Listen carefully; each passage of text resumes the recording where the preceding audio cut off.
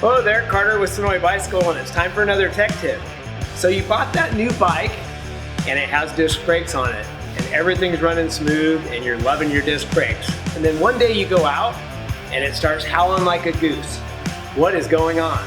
Well, what happens with disc brakes is that they need to be cleaned, and there's a lot of types of things that will contaminate both the rotor and those brake pads and makes that sound horrible. So one thing I tell people is if you're spraying any type of chain lubricant near the rear, or you're cleaning your bike with some sort of detergent, make sure that the overspray is not going onto the brake rotors themselves. That's the silver part and the middle part of your rim.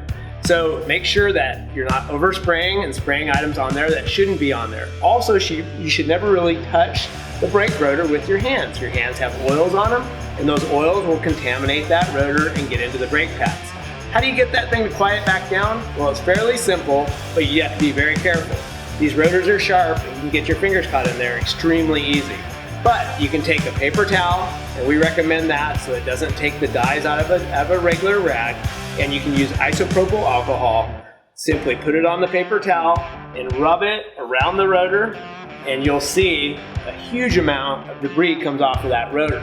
So that's one way to clean. Now you want to deep clean that, so take your time, get every nook and cranny, both on the front and the rear. If you want to go deeper than that, you can also pull the brake pads out of the actual caliper itself, and you can surface those brake pads. Again, we use isopropyl alcohol, we put it on a really fine grit sandpaper, and we'll slightly sand all the grit and debris off of the brake pad.